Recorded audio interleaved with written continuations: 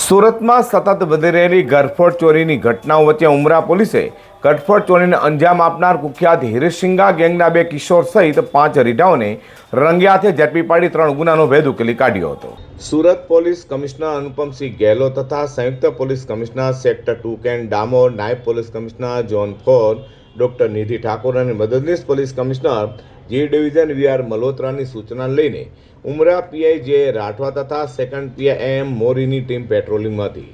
ત્યારે અનામ head constable Ishwar Hirabhai અને અનામ પોલીસ કોન્સ્ટેબલ ભરત ઉકાભાઈ તથા પોલીસ કોન્સ્ટેબલ મયુર નાગજીભાઈને મળેલી બાતમીના આધારે તાજેતરમાં જ કરિયાણાની દુકાનમાં તથા ભંગારની દુકાનોમાં ઘરફોડ ચોરી કરનાર રીઢા ચોરો કે જેઓ હિરણસિંગા ગેંગના સભ્યો હોય તેઓ, જેમાં 2 સગીર અને સની ઉર્ફે ઢેલા સાહની, ટ્વિંકલ જગમોહન શર્મા અને પરમેશ્વર ઉર્ફે માનસિંહ ધ્રુવેને ઇન્ડોર સ્ટેડિયમ પાસેથી ઝડપી પાડ્યા હતા.